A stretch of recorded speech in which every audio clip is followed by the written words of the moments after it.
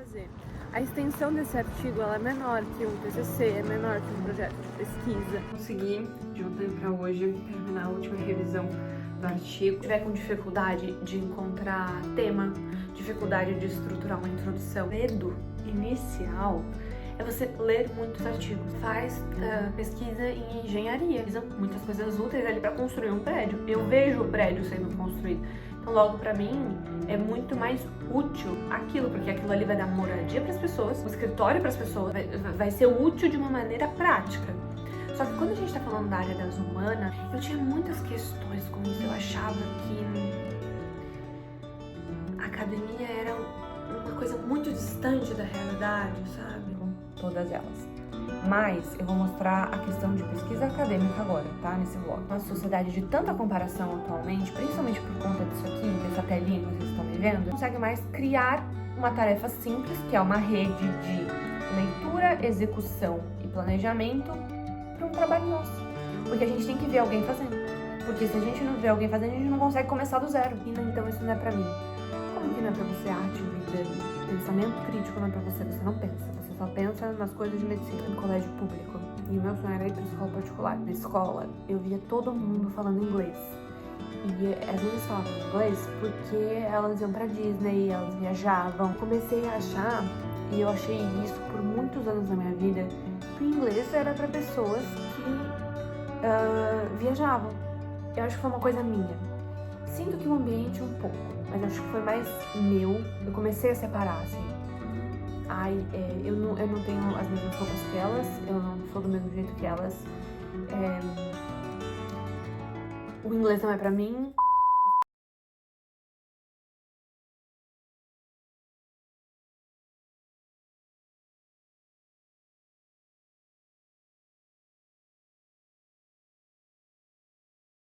Com licença, um segundo da sua atenção, senhora, porque eu vou soltar aqui um vlog completo sobre desde a pesquisa até a escrita acadêmica, pensar num título. Eu quero fazer um vlog 100% acadêmico, mostrando como eu estudo, como eu escrevo e como eu me organizo no universo acadêmico. Acho que agora eu tô com uma visão mais madura com relação aos textos literários e com relação à minha produção. Também me sinto mais segura enquanto pesquisadora. Eu falei, vou gravar um vlog até pra gente comparar com os vídeos anteriores aqui do canal. Eu tava olhando eles ontem à noite e, gente, eu tava uma volta no planeta Terra pra escrever um parágrafo, pra entender academicamente mesmo, leituras. É impressionante como o mestrado forma a gente pra depois uma vida acadêmica mais impulsionada. De verdade, acho que eu aprendi. Eu e todo mundo, né? Mas tá, eu vou estar falando com a minha vivência, né? Eu aprendi a ser pesquisadora lá pra metade final do mestrado. De verdade, porque eu errei muito, muito, muito. Aí quando você erra muito, muito, muito, como eu, você acaba aprendendo, que você fala assim, bom, né? A porrada tá vindo. Será que não era bom eu já tá me adiantando aqui e não tomá-la? Vamos virar o rostinho aqui? Ah, não quero. Então, aí aprendi, né? Na dor mesmo. Aqui a polícia vindo me pegar. Vamos pra essa semana, eu tô terminando um artigo muito especial de Interartes e a gente vai ter aula também sobre Interartes, então vocês vão ver esse meu lado totalmente acadêmico. Não vou ficar mostrando rotina, treinos e tal, apesar da vida continuar. Vou selecionar então aqui esses momentos exatos e vou mostrar pra vocês como é que eu tô me organizando. Antes, eu só posso fazer uma fofoquinha e depois a gente continua essa parte séria do vlog, passo a passo das coisas, escrita acadêmica, pesquisa, leituras. Gente, hoje o Essa de Queiroz foi transladado para o Panteão Nacional. Tudo bom, querido? Eu jurava que isso nunca ia acontecer, que eu botava minha mão no fogo, que eu falava, não vai. Eu fiquei acompanhando essa tour, porque assim, uma galera ficou contra, uma galera ficou a favor. Não assim, uma coisa meio torcida de futebol, não é assim também, tá? Mas eu sentia o cheiro assim de... Não tá tudo tão bem assim no mundo da Disney quanto eu imagino. O cheiro que tava uma leve confusão no ar, um negócio assim de muito chiclas, uma coisa muito, né? Ok. Mas eu fiquei reparando, assim, algumas farpinhas, algumas coisas assim. Hoje ele foi transladado. Deixa eu terminar minha maquiagem. Eu fiquei vendo a cerimônia, né, agora de manhã. Fiquei quase fazendo nada. Uma folgada. Fiquei só... O que aconteceu aqui? Linda a cerimônia. Lindíssima. Foi todo mundo que eu achava que ia. Ai, gente, eu sou muito... Que horror. Que pra mim foi realmente uma questão, assim, quase que final de Big Brother.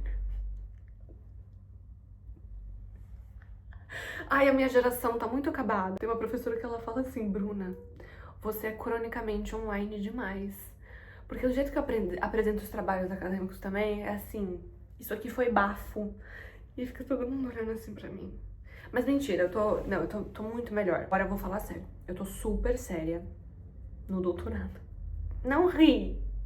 Ai, é horrível quando as pessoas conhecem você e aí você não pode sustentar o personagem. Mas eu juro pra vocês que assim, ó, entrei na faculdade, eu fico séria. Não, mas porque assim, não é nem por uma questão de brincadeiras e tal, mas esse doutorado tem me colocado muito à prova de trabalho acadêmico mesmo. E a observação filosófica das coisas, a observação literária, profundamente antropológica, hermenêutica, tem me levado a assumir uma postura diferente naquele ambiente. Eu acho que é normal, né? Você também tá cercada de pessoas que agem de uma certa maneira, aí você acaba se adequando ali dentro. A gente não pode ficar fazendo piadinha o tempo todo. Na minha cabeça, pensa em 55 respostas indevidas by diva depressão por segundo. Você tá me entendendo? Pronto, então agora vamos voltar para o lado sério do vlog, mas eu fiquei acompanhando esse rolê do Essa. E eu achei alguns detalhes muito importantes, não vou ficar falando aqui também, né? Sinceramente, apostava. Se eu fosse apostar, eu apostaria que não ia pro Panteão. Mas que bom que foi também, né? Porque daí eu já vou lá, já dou aula da Sofia, já dou a aula do Essa, já dou aula do restante lá das coisas da coroa portuguesa e é isso aí. Faz tudo de uma vez só. Eu tava até vendo as minhas aulas daqui de Portugal, né?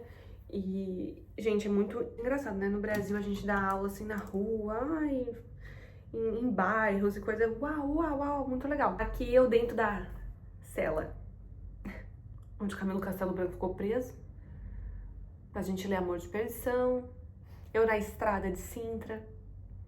Qualquer dia vocês vão ver assim, professora é presa. Porque aquela história do Palácio de Queluz, quem foi tava, né? Quem foi tava. Foi o seguinte. Já vamos pro vlog. Essa história ela é memorável. No Palácio de Queluz, dando aula sobre a coroa. Aí, assim, foi assim que eu aprendi que eu tinha que andar com um tripé. Porque eu peguei a câmera e eu tenho pra não atrapalhar o ambiente, o que eu faço? Eu fico num cantinho. E aí eu ponho a câmera ali, desfoco o fundo, então não fica aparecendo as pessoas passando. Eu ponho ali e eu fico gravando a aula. Gata, gatíssima. Aí... Nossa Senhora dos livrinhos, eu sei que tu me sondas. Eu apoiei a câmera onde? Num vaso alto. Um vaso alto, gente. E eu ouvi tink, tink, tink, tink, um barulhinho. Falei assim, pronto. Alguém mexeu em alguma coisa, né? Continuei minha vida normalmente. Quando eu vejo, eu percebi assim no ambiente que não tinha mais ninguém passando atrás de mim e eu, pô, nossa, isso aqui vai ficar lindo, isso aqui vai ficar ótimo, né? Não tem ninguém. Só eu aqui dentro, meu, que delícia, meu momento, né? E eu dando a aula. Deu uns 5 minutos que eu tava lá, só veio uma mão assim, senhora. Tipo, vou falar que eu não posso gravar. Mas eu tinha visto antes, sabe, nas placas, eu sempre vejo se pode gravar, se não pode. Que nem na Biblioteca Joanina, eu ia gravar lá dentro pra galera, mas não gravei, porque não pode gravar, não pode. Eu não coloquei a câmera em cima do vaso de não sei quem, na coroa que custava, não sei quanto. Gata gatinha, fazendo piadinha, não sei o quê. E o segurança. A senhora vem comigo que a senhora não pode estar mexendo nesse vaso, não. Essa vergonha eu passei no débito. O que eu aprendi? Tá vendo? Errar faz a gente aprender. Igual na pesquisa acadêmica, você escreve umas coisas tão horrorosas, manda pros seus professores. Aí depois eles devolvem assim, querida, você tem um cérebro mesmo? Vamos tá vendo se isso é verdade? Bom, então vamos. Prendi o cabelo que tá chovendo, vou na faculdade pegar livro, já vou ficar estudando. Vou ver minha professora, vamos quebrar o pau. Não, tô brincando. Se a gente vai falar de artigo acadêmico, mestrado, doutorado, a gente primeiro tem que ver qual vai ser o tipo de trabalho que a gente vai fazer. E nesse trabalho a gente formula perguntas. Toda vez que alguém me fala assim, começou a orar, peraí, tem um artigo para fazer. A extensão desse artigo ela é menor que um TCC, é menor que um projeto de pesquisa, é menor que, enfim, um estado da arte para algum congresso, para algum concurso. Então o que a gente faz? Eu sento e eu, primeiramente, antes de pensar em tema, antes de pensar nas coisas, eu olho para a área e eu olho assim, o que a área pede? Como estão os estudos dentro de determinada fonte? O que eu preciso fazer aqui que vai ser relevante? E não tem erro, você tem que falar com seus professores, com quem vai te orientar sobre a proposta. Então você pensa ali depois em temas que você gostaria de pesquisar, em alguma coisa que você gostaria de fazer, e aí você chega já com perguntas, uma breve bibliografia e fala com seus professores, olha, acho que para esse artigo da sua disciplina, ou para esse artigo para publicar nessa revista, acho que ia ser legal falar sobre esse tema. Enfim, vocês vão montando juntos. A pesquisa acadêmica parece que é algo muito solitário, mas eu acho que é, dentro da educação, o que mais me conecta com pessoas. Eu não acho que é tão solitário assim. Opa, a escrita sim. A escrita é nossa, é particular. Mas esses detalhes... Voltei, vou me arrumar pra ir pro yoga. Uma coisa na escrita de um mestrado, de um doutorado, você precisa ter perguntas bem claras que vão te nortear a encontrar certas respostas. Então, eu vou dar um exemplo. Esse artigo aqui para a disciplina do doutoramento, que é um artigo importante. Como é que eu cheguei nele? Eu tive aulas em literatura inglesa, porque eu fiz um mestrado em literatura de língua portuguesa. Mas o doutorado, eu falei assim, bom, vamos abrir o leque, porque eu vou precisar de mais frentes de trabalho ao longo da vida, com certeza. Então vim pro mestrado de estudos de cultura e interartes. Eu não sei se era bom. Aí eu vou... Durante as aulas de literatura inglesa, eu vi muitas relações interartísticas da Sylvia Plath na atualidade. Só que com outros autores e também com outras obras, produções visuais. E eu falei, cara, eu sei que a Lana Del Rey gosta muito da Sylvia, cita ela no álbum de 2019. E se eu trouxesse esses estudos pra música? Aí eu vi, tinha pouquíssimas coisas produzidas, nenhuma dessas coisas produzidas aqui. Então eu falei assim, professor, eu acho que seria um tema bom. Vou ter que passar um gel, né? Acho que seria um tema bom. E aí, com o professor, com ele me guiando, nós fomos encontrando um meio termo que fizesse sentido na faculdade. Então a escolha dos trabalhos, assim como aqui da tese também, né, os projetos, as propostas, elas vão aparecer. Esse é o menor dos problemas. Nem se preocupa com isso. O ponto é a gente saber como escrever bem, argumentar bem, partindo de um olhar acadêmico que a gente não tem no dia a dia, né? Essa foi a minha maior dificuldade no mestrado, sabe? Entrar na academia, escrever como os artigos que eu leio. Então, o segredo inicial é você ler muitos artigos. Separa uma rotina de leitura de artigos. Então, assim, olha, todo dia, de manhã, esquece o celular, eu vou ficar lendo aqui artigos de assuntos diferentes, de áreas diferentes, para você ir ganhando repertório na construção da linguagem. E seja espertinha, não fica, vou ler por ler. Claro que não, você vai ler observando como essa pessoa argumentou sobre o tema dela. Como essa pessoa começou os parágrafos.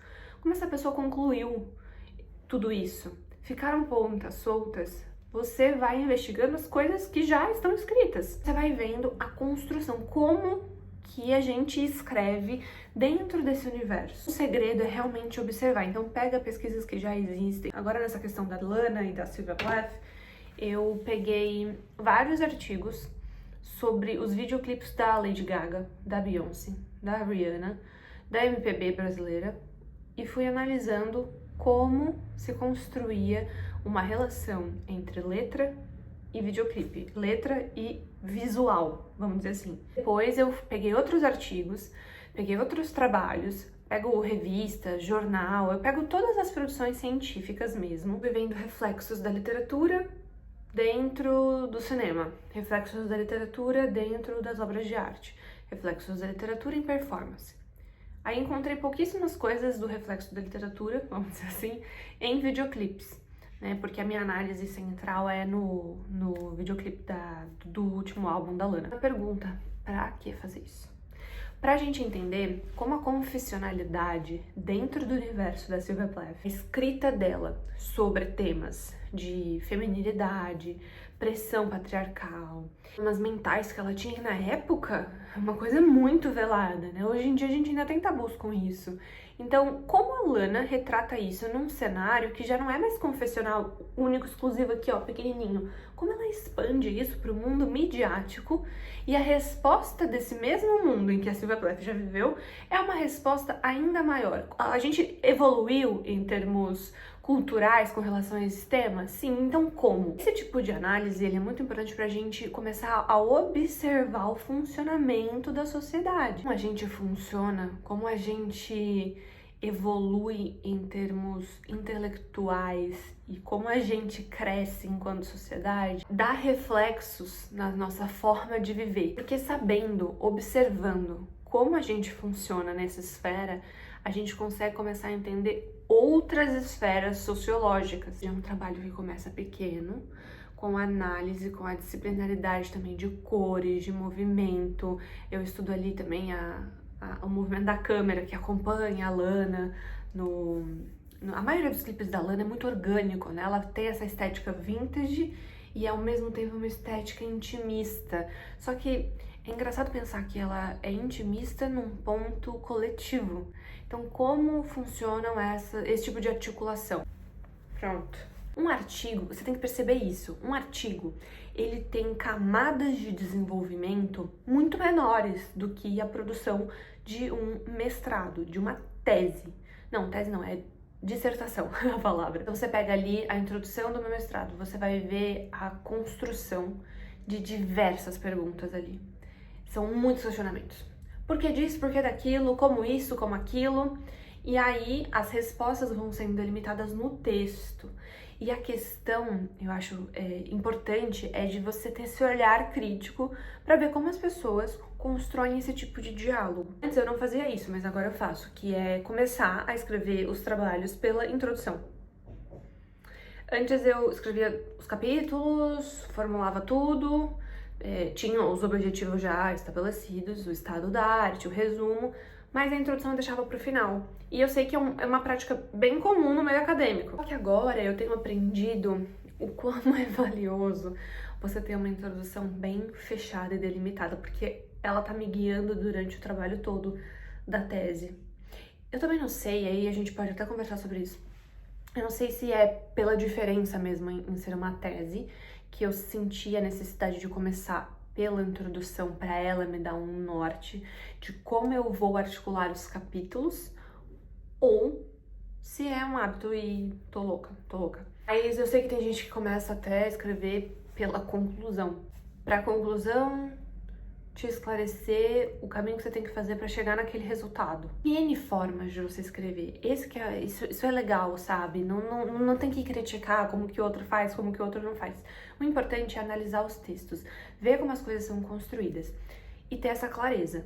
Então, assim, a escrita de um artigo é uma coisa, de uma dissertação é outra, de uma tese é outra, de um TCC que você faz na faculdade é outra. O que é diferente? É a profundidade daquele tema. Até onde você vai se dedicar a escrever e a pesquisar aquilo em termos de análise profunda, de pensamento crítico. Você não vai escrever 100 páginas para um artigo. Um artigo ele é menor, então você condensa as ideias, tem perguntas menores e escreve ali objetivamente. Vai falar sobre esse protetor solar. Eu vou fazer um artigo aqui, então, eu quero saber para que esse protetor solar serve. Agora, se fosse uma dissertação, eu ia falar, para que esse protetor solar serve se a gente tem esse blush? Porque são funções diferentes, coisas diferentes, então tá bom, então me prova. Agora eu vou fazer uma tese de doutoramento. Para que esse protetor solar serve? Por que a gente compara ele com um blush? E ele dá ou não dá algum tipo de resultado num concealer, num corretor? E qual é a diferença desse aqui para esse aqui? Um doutorado, ela tem muitas perguntas dentro de uma mesma área e que vão contribuir a gente entender a função das coisas. Eu acho que eu tinha muito problema com isso. Eu não enxergava nos trabalhos acadêmicos um propósito, um porquê. Nossa, a minha amiga ali, ela faz pesquisa em engenharia. E ela pesquisa muitas coisas úteis ali para construir um prédio. Eu vejo o prédio sendo construído. Então, logo, para mim, é muito mais útil aquilo, porque aquilo ali vai dar moradia para as pessoas, ou vai dar, sei lá, um escritório para as pessoas trabalharem, vai ser útil de uma maneira prática. Só que quando a gente está falando da área das humanas, a utilidade ela não é tão objetiva, rápida. Serve principalmente para a gente se entender. E agora a gente está chegando numa era que com a psicologia, com os avanços da psicologia, a gente tem percebido o quão é importante que o ser humano tenha respostas. A forma como a gente está dentro da sociedade, com todas as informações que a gente tem. E isso é libertador para que a gente construa os prédios, para que a gente entenda o porquê que esse prédio precisa ser construído nesse lugar, desse jeito e como ele vai ser. O Marc Augé, no Lugar do Não Lugar, ele vai construir uma narrativa pra gente entender mais ou menos por que nós estamos dentro de uma sociedade tão cansada, uma sociedade tão acelerada. E ele vai falar que até os espaços públicos que a gente convive são feitos para este mesmo fim. Até a sociedade é construída de uma forma passageira, que, por exemplo, os shopping centers, eles são feitos estruturalmente para que você passe o máximo de tempo ali comprando. Cidades são montadas e estruturadas para você ir o mais rápido possível de um lado para o outro, fazer o que precisa ser feito, a produção. E ele relaciona tudo isso com a literatura, com a sociologia, com a filosofia, e ele vai mostrando as camadas de desenvolvimento que a gente atingiu em termos de pensamento crítico para a gente chegar nesse tipo de modelo de cidade. A gente chama, né, de cidade grande ou interior, enfim. Me deu uma grande clareada, mas o que eu quero aqui é que você perceba a forma e o conteúdo que você vai escrever em determinados contextos da vida. E aí, se você tiver com dificuldade de encontrar tema, dificuldade de estruturar uma introdução, dificuldade de começar uma escrita boa, digamos assim, de você olhar e falar assim, nossa, esse texto é legal, o que falta é ler artigos acadêmicos. Não tem para onde fugir. Abre lá o Google Acadêmico, coloca assuntos diferentes, coloca ali coisas que você tem, áreas gerais. Então, assim, interartes, literatura portuguesa. Sai vendo as coisas que tem ali, sai do TikTok. E aí você vai baixando as coisas, vai lendo, vai começar a ganhar essa criticidade de pensar em temas melhores na sua área, em desenvolver perguntas melhores na sua área. E aí, por exemplo, como você já leu algumas referências, quando você for pensar em escrever sobre uma coisa específica, você vai lembrar daquela referência. Fala, peraí, todo mundo dessa área aqui da literatura portuguesa cita Antônio Cândido. Então vamos ver o que o Antônio Cândido tá falando aqui. Cita o professor Carlos Reis. Então vamos ver o que esse pesquisador tá falando sobre essa área. Ali na literatura brasileira, eu já vi aqui pelos artigos que temos uma boa referência, que é o Antônio Cândido. Todo mundo cita ele, então você já vai saber por onde começar. Porque você vai peneirando as informações. Não tem como. Você leu 12 artigos e 12 artigos citam Antônio Cândido. Você vai gravar o nome desse cara, você vai aprender quem ele é. Você leu 500 trabalhos nas humanidades. Se você achar um que não tenha citado Aristóteles ou Platão, você me avisa, porque provavelmente são trabalhos ruins. Eu acho que tudo começa com eles, inclusive. Eu citei Aristóteles no meu mestrado. Vamos deixar abaixo. Legal e é muito recompensador, até mesmo pra forma como a gente vai lidar com a vida. Eu tinha muito preconceito, assim, eu tinha muitas questões com isso. Eu achava que a academia era uma coisa muito distante da realidade, sabe? E eu achei isso por muito tempo. Isso tá sendo desconstruído em mim agora no doutorado mesmo. Ao estar com os colegas, a ver as pesquisas acontecendo, a ver as coisas acontecendo. quebrando alguns preconceitos que eu mesma tinha, sabe? Vou pro yoga e aí eu já volto e mostro pra vocês também certinho como que eu tô me organizando, tabelinhas e leituras e color code. Eu tenho um color code fatídico, coisas da minha cabeça, desde do meu TCC de letras, que eu uso laranja para um determinado assunto, azul para outro, amarelo para outro, enfim. Eu percebi isso porque eu tava separando os meus marca-textos, aí eu vi que o laranja acabou e eu falei assim, nossa, o laranja é que eu mais uso, né? Por quê? Porque o laranja já tá associado pra mim a rabiscar até no iPad ou no celular, né? Toda vez que eu tô lendo alguma coisa, nos livros da literatura, qualquer coisa, não sendo artigo científico, não sendo pesquisa, eu marco em cores diferentes. E aí eu tava reparando, né, que eu tenho um padrão.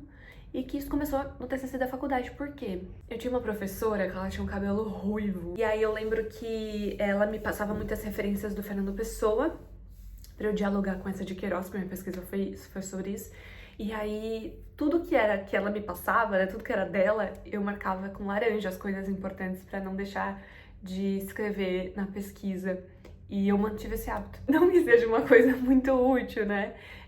Não sei se pode te ajudar, mas eu sei que toda vez que eu vou estudar literatura portuguesa, eu marco com as coisas em laranja. Agora, com estudos intermediais, interartísticos, eu meio que associei isso ao verde, então fica tudo... Quando eu bato o olho assim no texto, eu já sei...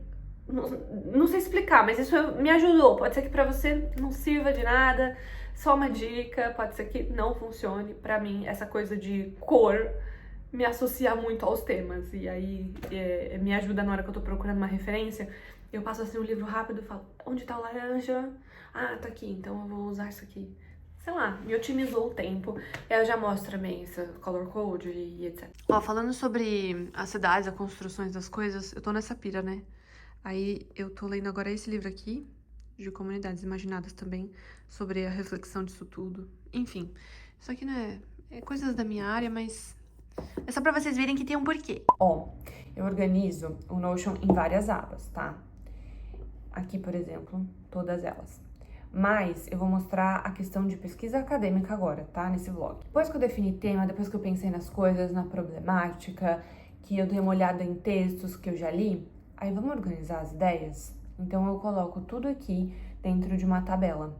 Coloco o nome dos textos acadêmicos e depois que eu leio cada um deles, eu venho aqui e escrevo um resumo nas minhas palavras. Por que isso é necessário? Ai, meu Deus, é muita coisa pra fazer. Não é muita coisa pra fazer. É matemática básica. Sim, tenho que escrever um artigo, um TCC, um trabalho, alguma coisa. A primeira coisa que eu vou fazer é me calar na minha insignificância e ir pesquisar sobre esse determinado assunto, sobre a área. Não precisa nem ser sobre o assunto, sobre a área. Dei uma olhada ali em umas coisas, aí eu vou sentar aqui, então eu vou ler uns 2 textos. Nossa, eu vi que os teóricos, os escritores se repetem muito aqui. Sempre cita, sei lá, o Foucault para falar de teoria literária, o Agamben para falar de não sei o que, o Barthes para falar sobre figuras e personagens. Então, eu vou sentar e eu vou ver agora quem são esses caras. Aí eu chego no meu professor e falo assim, professor, eu acho que eu gostaria de fazer um trabalho sobre, sei lá, morangos pela visão teórica do Barthes, do Agamben, do Foucault. Aí o professor vai falar, tá bom, legal. Ou ele vai falar, não, é melhor você falar sobre maçãs, não sobre morangos. O seu professor, ele sabe o que ele tá falando, porque ele já passou pelo processo. Então, gente, também não é pra ficar dentro de pesquisa acadêmica. Por favor, não fica se sabotando em pesquisa acadêmica. Ai, porque o professor falou que eu não posso fazer sobre morango, eu tenho que fazer sobre maçã. Faz! Você precisa fazer, você precisa aprender a fazer. Quando você estiver formada, você vai poder desenvolver o que você quiser. O universo acadêmico, ele é tóxico. Mas não vamos deixar ele mais tóxico. Quanto mais, assim, tem coisa que você não precisa se magoar. Entende? Por exemplo, você apresentou um negócio para um professor e ele falou assim, isso aqui não tá bem escrito. Muda isso, isso e isso. Olha que bom. O teu professor te mostrou o caminho das pedras. Eu sei que tem professor que fala de maneira grosseira, eu não estou falando deles, eu não gosto deles, eu não fico perto deles. Mas estou numa baita pira de chegar num aluno e falar assim, meu, esse texto tá legal, mas e se você acrescentar esse teórico e outra coisa? Vamos lá, 2 coisas que eu acho que você deveria acrescentar. Não sei o que acontece, as pessoas choram. Ai, não tá bom o suficiente, tem que acrescentar mais coisa. Gente, não é sobre isso, é sobre trabalho em conjunto. Pro coração, sabe, tá ficando muito delicado a pesquisa acadêmica com isso. Porque tem os professores tóxicos, só que, sinceramente, eles são meia dúzia. Aí faz parecer que o universo todo é. E eu não excluo isso, eu tenho amigos que tiveram péssimas experiências em programas acadêmicos. Que eu olho e falo, eu teria desistido, eu teria saído. Você tá num negócio saudável, então vamos aproveitar, enfim, não quero ser chata. Aí beleza, da forma mais sucinta possível. Então, ele vai falar muito, que por mais que uma pessoa leia muito, sem pensamento crítico, sem levar aquilo pra sua vida, não se orgulha da leitura, inclusive a ofende. Isso aqui tá extremamente mal escrito. Eu escrevi como eu falo. Você percebeu que não tem coerência, coesão nenhuma no texto? A grande sacada das leituras acadêmicas é você não perder tempo com elas. Tem anotação que você vai fazer mais rebuscada, mais legal, mais bonita, já pensando, vou deixar meio caminho andado, vou deixar mais próximo, prontinho, para copiar e colar ali no trabalho, na escrita, deixar bonito. Mas tem coisa que tem que ser dinâmico, tem que ser rápido. Escreve assim, o que o autor aqui falou no Falar Piano Tocar Francês? Ele falou sobre arte, cultura, literatura, sobre pressa no mundo digital, e é isso aí. Leu, entendeu, escreveu, não esquece. Agora, se ficar deixando passar, aí é complicado. Mas também se você ficar horas anotando uma coisa, e anota, é extremamente cansativo. Aí você vai ler o quê? No tempo que você lê 5 textos, você leu 1, porque você ficou lá anotando, não sei o quê. Então, essa questão do tempo também, você vai pegando de acordo com o seu feeling. Você, enquanto pesquisador, vai se descobrindo. Mas isso aqui é importantíssimo, porque essa tabelinha e as coisas online, elas me ajudam muito a só depois vir aqui, ó, e eu pesquiso rapidamente entre todas essas flags. Então, se eu quero um texto sobre sociologia, só venho, clico na sociologia, vai limpar a minha tabela e eu só vou ver as coisas de sociologia. Você pode criar as tabelas que você quiser para as coisas que você precisar. Então, assim, eu preciso ter filtro num assunto específico. Você vai lá e você cria. Eu preciso saber o ano das publicações. Vai lá e cria o filtro. Ideia. Não tô falando pra você fazer igual. O que eu quero que você perceba é que cada pesquisador vai agir e conviver com a pesquisa de uma forma diferente. Às vezes, uma tabela dessa só vai te atrapalhar. Pra que você vai fazer? Depende da sua área, depende da sua pesquisa, depende do porquê. Eu queria que esse vídeo fosse um abraço, porque quando eu comecei na pesquisa acadêmica, era muito frustrante pra mim não saber fazer as coisas, e aí eu achava que eu tinha que fazer como fulano estava fazendo. Só que fulano não trabalha como eu trabalho, não tem a demanda que eu tenho, não tem a pesquisa que eu tenho, não estuda o que eu estudo. E a gente tá numa sociedade de tanta comparação atualmente, principalmente por conta disso aqui, dessa telinha que vocês estão me vendo, que a gente esquece de nós. Fala-se tanto sobre autocuidado, fala-se tanto sobre desenvolvimento, psicologia, e a gente não consegue mais criar uma tarefa simples, que é uma rede de leitura, execução e planejamento para um trabalho nosso. Porque a gente tem que ver alguém fazendo. Porque se a gente não vê alguém fazendo, a gente não consegue começar do zero. Olha, gente, precisa ser autônomo. É você sentar e falar assim, o que eu preciso para minha pesquisa? E eu vou ver o que eu preciso. Sinto necessidade de ter uma tabela que me organize, então eu vou fazer. Sinto necessidade de ter um caderno para me organizar, então eu vou usar um caderno. O que você precisa na sua casa, na sua vida. Eu não vou olhar, mas olha o que eu acabei de pegar. Eu quero abrir com vocês. Tá, vamos ver juntas.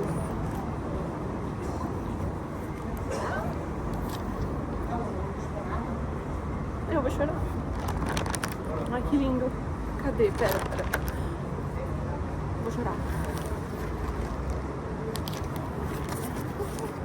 De referências das letras brasileiras e das literaturas em língua portuguesa, Clarice Lispector está em regresso às livrarias portuguesas num projeto de publicação de sua obra completa. É uma iniciativa da Companhia das Letras que esse ano celebra uma década de atividade em Portugal. Os 4 primeiros títulos são lançados já esse mês, a partir do dia 20. Olha aqui. Olha isso aqui. E do José Luiz Peixoto também. Eu disse, amo-a, poderia tentar palavras, substantivos, adjetivos que tornassem mais compreensível aquilo que sinto por ela, mas não acredito que conseguisse encontrar nenhuma palavra mais próxima desta leve nebulosa que me cobre os gestos, o olhar e todas as palavras que consigo dizer para falar dela, ou para me lembrar dela, ou para fazer existi-la um pouco mais ao meu lado. Oh. Sente o amor que sinto por Clarice Lispector. Posso estar em qualquer lugar, parado no trânsito, repartição de fianças, prisão, e basta lembrar-me da voz que ouço nas suas palavras para estar à beira de um rio que passa sereno. A grandiosidade simples daquilo que é genuíno, a matemática suave e fresca de uma catedral desenhada no horizonte, lá longe, mármore dissolvido no ar. Eu acabei de dizer que toda vez que eu ver uma coisa muito absurda, eu vou ficar 1 minuto na prancha, em homenagem a essa coisa muito absurda. E eu acabei de ver uma menina falando mal da Marisa Monte, falando assim, no TikTok. Ah, porque Marisa Monte, sei o que, de tribalistas, é básico. É tipo Taylor Swift, é básico. Sou capaz de ficar assim. Cara, não. Eu acho que deve ser blasfêmia você falar mal de tribalistas. Com certeza. Porque eles são a Santíssima Trindade, tá me entendendo? Carlinhos Brau, Marisa Monte e Arnaldo Antunes, gente. Tá, aqui, vou mostrar. Lavei as roupinhas da Insider, agora eu coloquei aqui pra mostrar como isso aqui se torna um armário inteligente. Por quê? As peças de roupa, elas vão com todas as calças, com todos os casacos que eu tenho, porque são tons neutros. Eles têm várias cores, mas eu gosto de comprar, assim, ó, essa calça vai com tudo, essa calça vai com tudo, a preta vai com tudo. As blusinhas que eu coloco embaixo de roupa, ou embaixo dessa blusa aqui deles mesmo. Já dá mais um look. E aí eu gosto assim, ó. Eu pego... Gente, esta camisa é a camisa mais linda que eu já tive na minha vida. Olha como ela fica. Gente, é maravilhosa. E vai com tudo, dá pra ir tanto pra uma reunião, pra apresentar um trabalho, pro dia a dia. Eu acho ela linda. E eu tô nessa pira mesmo de ter roupas que combinem entre o armário todo, sabe? Então, com esses tons mais específicos e dentro da minha paleta. Agora, aquela camisa ali eu vou pegar mais. Porque, gente, essa camisa, eu uso ela com absolutamente tudo. Eu nunca dei bola pra uma camisa básica até usar essa daqui. Porque o tecido... Você não quer tirar do corpo. Eu queria usar pra tudo. Pra treinar, pra trabalhar, pra sair, pra fazer tudo. Ela é maravilhosa. Aí agora eu tô assim... eu vou precisar de uma de cada cor, igual a das regatinhas. É um negócio assim, sem fim. Eu vou deixar um cupom pra vocês, dessas peças. E vou mostrar os meus tamanhos. Pra vocês, já que conhecem mais ou menos o meu corpo. Eu tenho 1,68 de altura, tá? Então as calças, elas não ficaram... pequenas, tipo, sabe quando fica aqui? Não ficou. A minha preta é M, essas duas são G, são maravilhosas, os dois tamanhos serviram em mim. A preta ficou bem acinturada, essa daqui ficou bem folgadinha, uma delícia de usar no dia a dia, aí você vê como você prefere. Essa daqui é M, mas talvez eu pegaria dessa daqui agora, a bege, a branca que eu quero, eu pegaria acho que G. Porque a preta, ela vai ser pra usar eu embaixo de coisas, embaixo das blusas, sabe? E aí, as coloridas, a branca e a bege, eu usaria a calça e a branca e a bege, entendeu? E a preta eu deixaria pra usar embaixo de casaco, embaixo de blusa, porque ela é bem coladinha e é maravilhosa. Pra treinar, essa aqui é perfeita, eu coloco uma calça e vou treinar com ela. Todas as peças são anti-odor também e não desbotam com facilidade, tem que lavar certinho. Aí essas duas aqui, essa daqui é M também, essa daqui também é M, maravilhosa, acabei de vestir. Vou dobrar tudo de novo e esses são os meus tamanhos perfeitos. Não fica com a barra pequena, as calças, e as blusas ficam fofinhas assim na pele, por conta do tecido, então fica tudo quentinho, até elas também são térmicas, mas elas se adaptam. No verão aquelas ali ficaram ótimas, agora também no inverno, usando embaixo de roupas.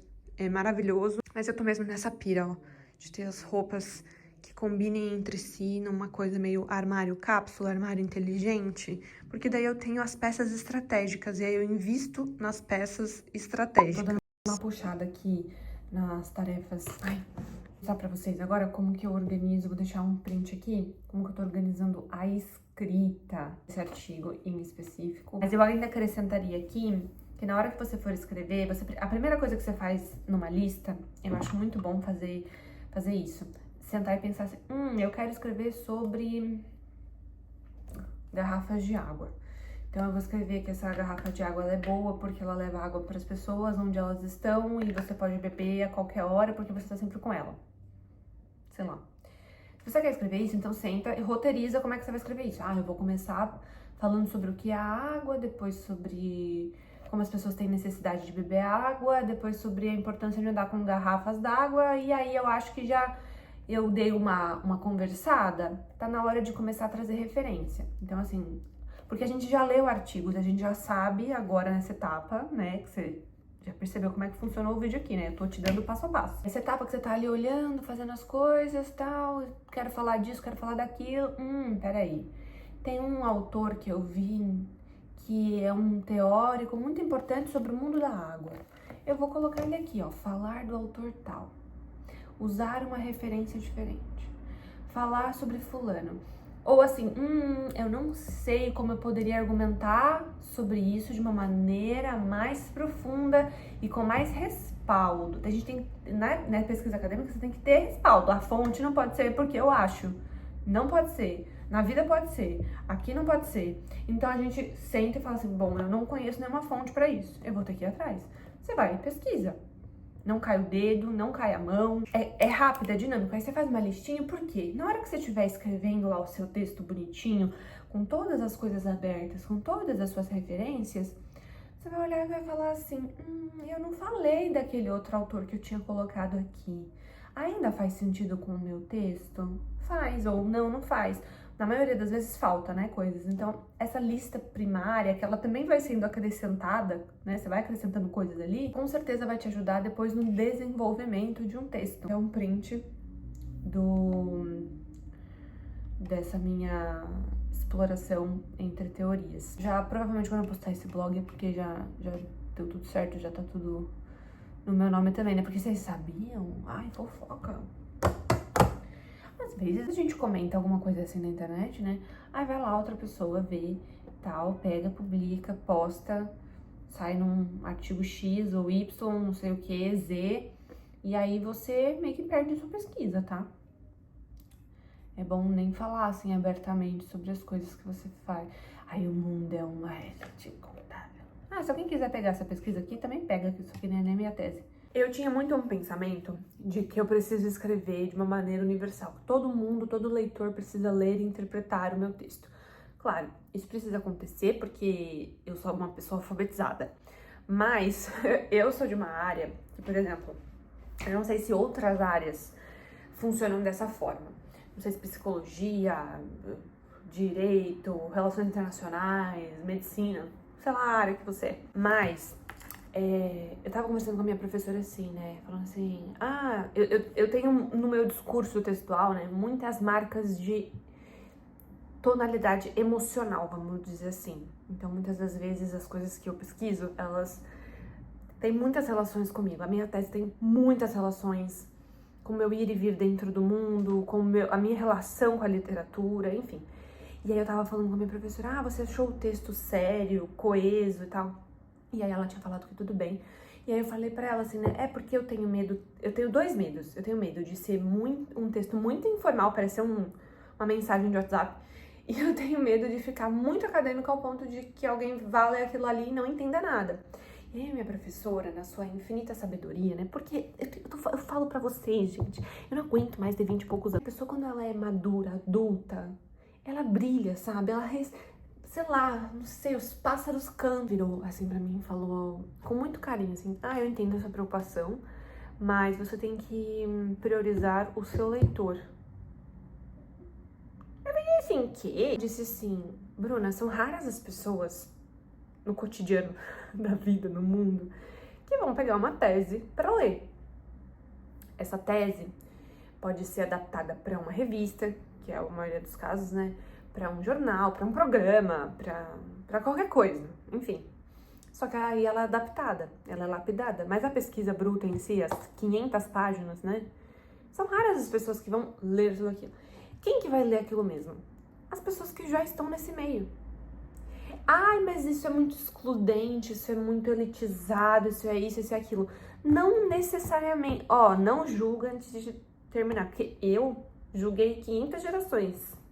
Aí quando eu entendi, eu falei, ah, é verdade, deixa eu me recolher aqui. Não é separar os mundos, o mundo acadêmico do mundo popular, cultura popular. Não é isso, não. É porque muito chato pra quem vai ler um texto, toda hora você ficar parando pra falar quem foi Aristóteles, quem foi Platão, quem foi... Não, você tem que ir reto. Antes eu tinha essa dificuldade. Eu pensava assim, não, eu tenho que sanar todas as dúvidas do leitor aqui. Só que isso não é um livro, isso não é uma aula minha, isso é um projeto acadêmico, isso é uma tese.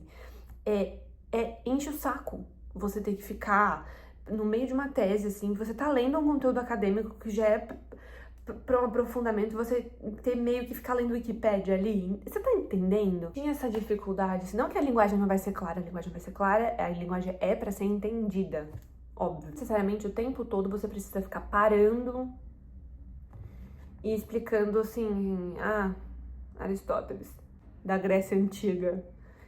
As pessoas sabem que ele é da Grécia Antiga. Não sei explicar, porque pode ter gente que não sabe, mas esse é o exemplo que eu tô encontrando pra te explicar a situação de não ser também um texto muito básico. Também que você vai escrever de uma maneira super complexa num artigo de faculdade. Sabe, esse vídeo aqui eu queria que ele fosse um vídeo pra quem quer introduzir nesse meio, até pode até ser muito repetitivo pra quem já acompanha o canal, mas eu queria que fosse um vídeo pra introduzir a galera nesse meio, sem medo, e com as coisas que eu gostaria de saber antes, sabe? Então, assim, pode acalmar o coração, assim. Eu sei que a gente quer escrever para que o público em geral leia, mas a gente tem que ter noção também de priorizar quem realmente a gente tem certeza que vai... Ai, eu não sei falar isso porque eu me sinto meio... Do jeito que a minha professora falou, ficou lindo, eu entendi o que ela quis dizer. Mas eu acho que eu ainda fico dual com essa questão, assim, fico pensando, ai, mas eu não sou muito elitista, mas... Não é essa a questão. É o ponto de uma triagem mesmo, de quem vai ler aquilo, entendeu? Eu vou ser sincera, se eu pegar mais um livro do Fernando Pessoa, que me apresente toda a vida dele, que ele foi pra Durban, na África do Sul, que o pai dele faleceu, mas ele casou de novo, e aí ele teve irmão, e aí ele não se sentia bem, ainda era na escola dele, não sei o quê. Eu não aguento mais ler isso. Já foi? Tá me entendendo? Eu procuro textos acadêmicos hoje em dia. Se o texto começa assim, eu já não leio. Já não vira uma referência pra mim. Entende? Ai, não sei explicar isso, gente. Se vocês não entenderam, comenta aqui se você entendeu, por favor. Pra que eu fique em paz. Eu já tô aqui há um tempão. Mas eu vou terminar as coisas. Ao mesmo tempo, deixa eu fazer um negócio aqui. Eu acho que as pessoas no YouTube, às vezes, se subestimam muito. Porque eu recebo muitos comentários assim, ai, Bruna, porque eu não consigo fazer as análises que você faz. Eu não consigo estudar como você estuda, eu não consigo isso, eu não consigo aquilo. E eu acho isso de uma falta de autoestima intelectual absurda. Porque, assim, o mesmo cérebro que eu tenho, você tem. Sim, eu acho que, bom, muitos fatores são condizentes para que uma pessoa... Não vamos ser politicamente correto aqui, mas sendo, né? Muitos fatores determinam ali a vida cultural de uma pessoa. Se eu provavelmente tivesse nascido numa família que, por exemplo, meu pai nunca estudou, a minha avó não teve na escola, enfim, se eu tivesse nascido na família de pessoas que, sei lá, eu acho muito doido, inclusive, quando a avó de alguém era médica, por exemplo. A avó de alguém já viajava o mundo. Aqui meus avós viajando pela Europa quando eles casaram. Isso pra mim é completamente surreal. Mas o lugar onde você nasce, a gente sabe que já te expõe a um tipo de repertório de mundo. Eu não quero falar sobre isso. O que eu quero dizer é que, agora que somos adultos, a gente vai ter caminhos diferentes para trilhar diferentes conteúdos. O que eu quero dizer? Não é porque você nunca teve o hábito de ler, nunca leu clássicos, Machado, Machado sempre vai ser minha referência de clássico, não tô nem aí. Mas assim, não é porque você nunca leu essas coisas que você não sabe.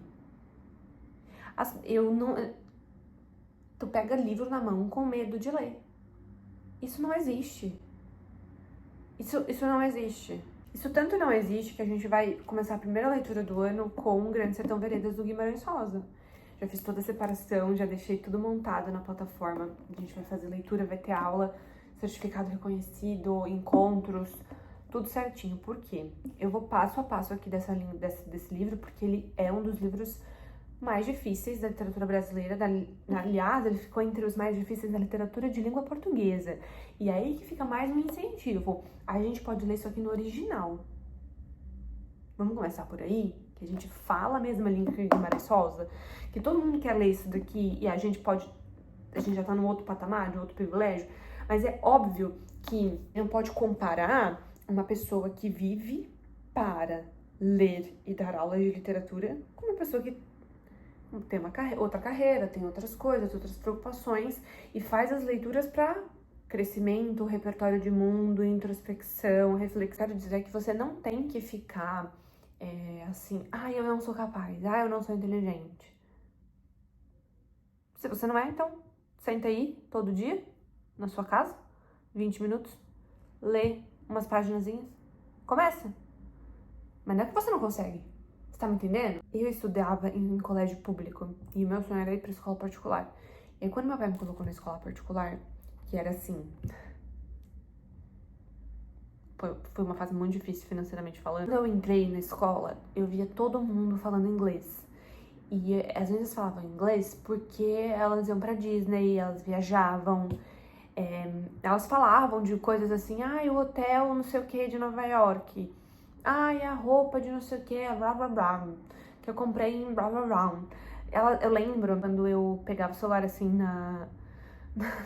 no intervalo, eu ia pesquisar o nome, tô sendo sincera, eu ia pesquisar o nome das cidades que elas falavam, porque eu nem sabia os nomes das cidades que elas falavam. E aí eu comecei a achar, e eu achei isso por muitos anos da minha vida, que o inglês era para pessoas que viajavam.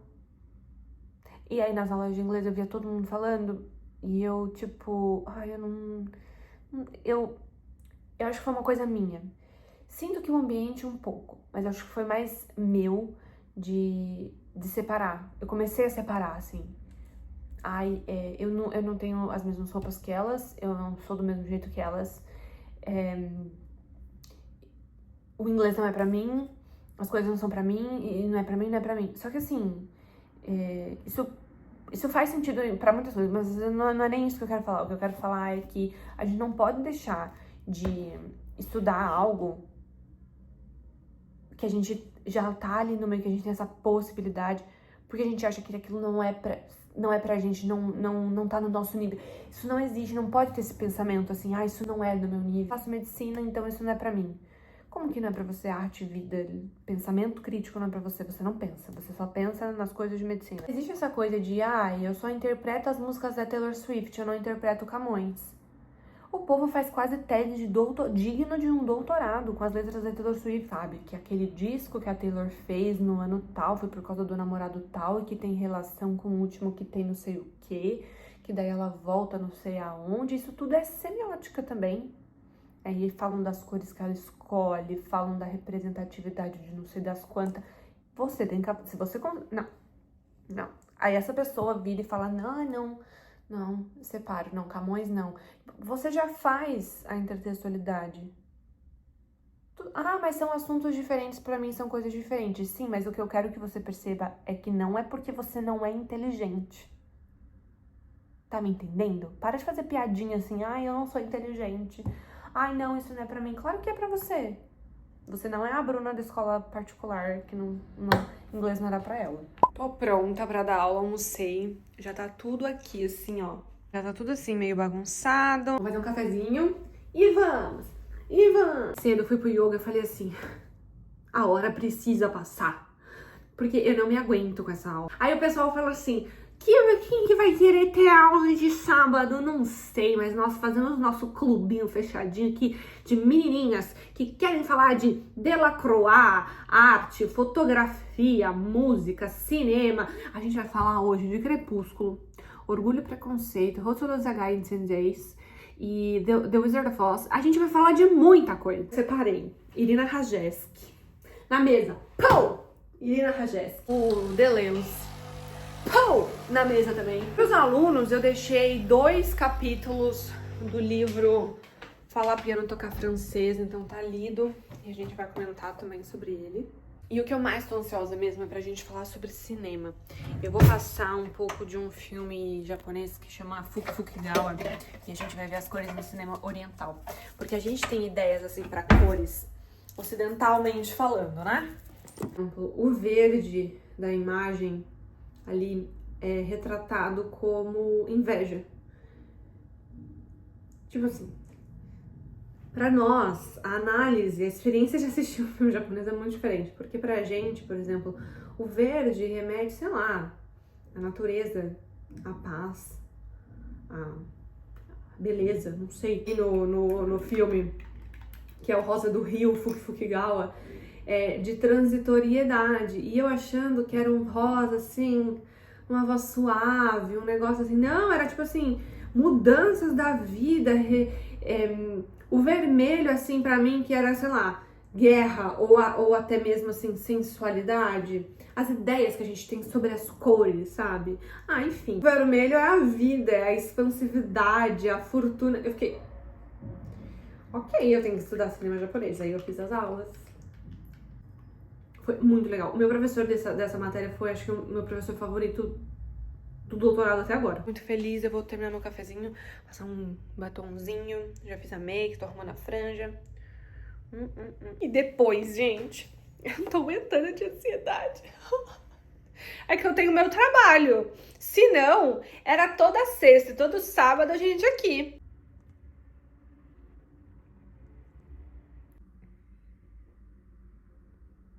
Cheguei, fomos comer francesinha. Eu entupi o cabelo de laque. Ficou meio ruim agora pra eu dormir. Vou ter que lavar amanhã cedo. Eu consegui, de ontem pra hoje, terminar a última revisão do artigo.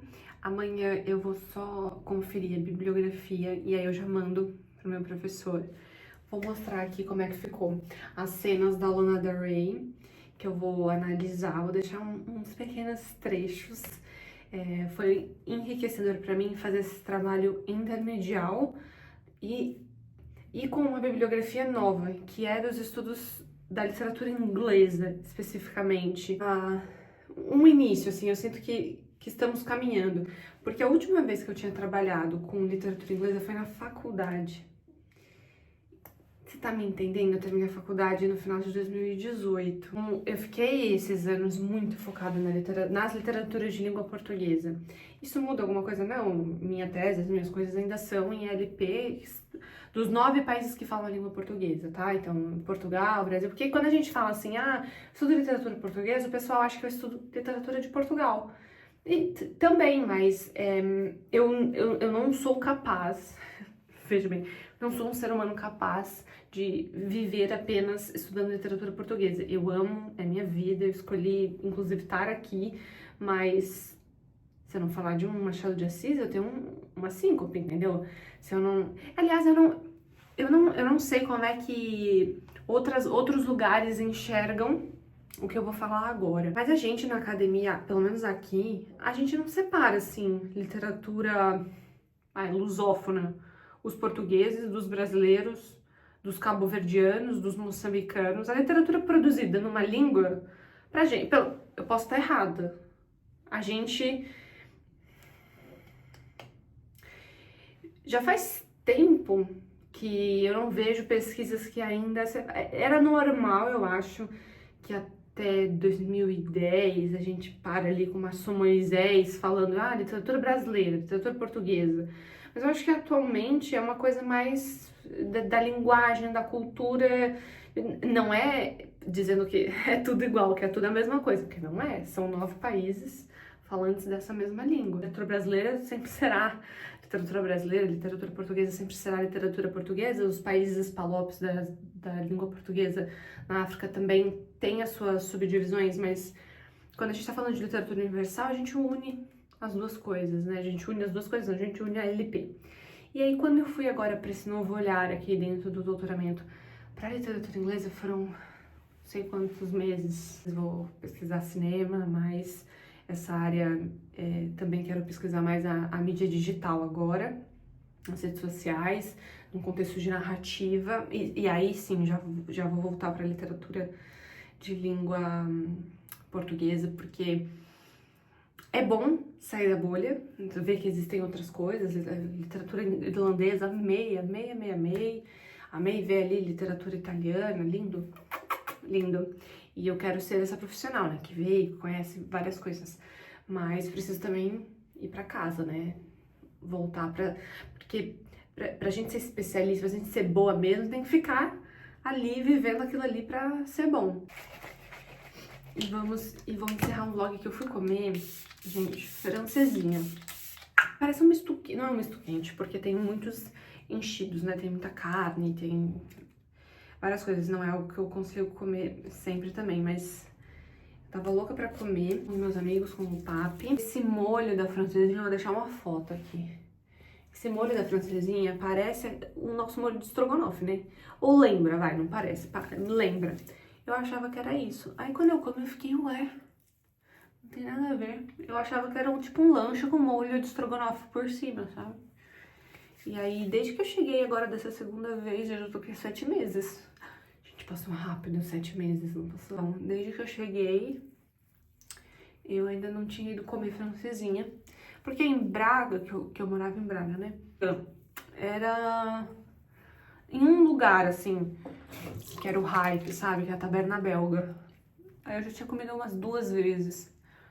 Essa foi a terceira. É que assim, eu não ligo muito pra coisa que tem carne, mas eu amei essa. Muito bom. Aí depois a gente foi andar e depois a gente foi tomar sorvete. Vou encerrar o vlog com sabonete no rosto. Um beijinho.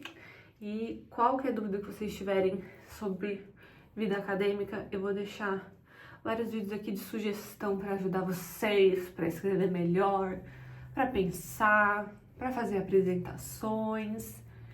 Já vou atualizando também dos próximos passos da apresentação desse trabalho. E não esqueça de entrar aqui pra gente fazer a leitura de Grande Sertão Veredas juntos.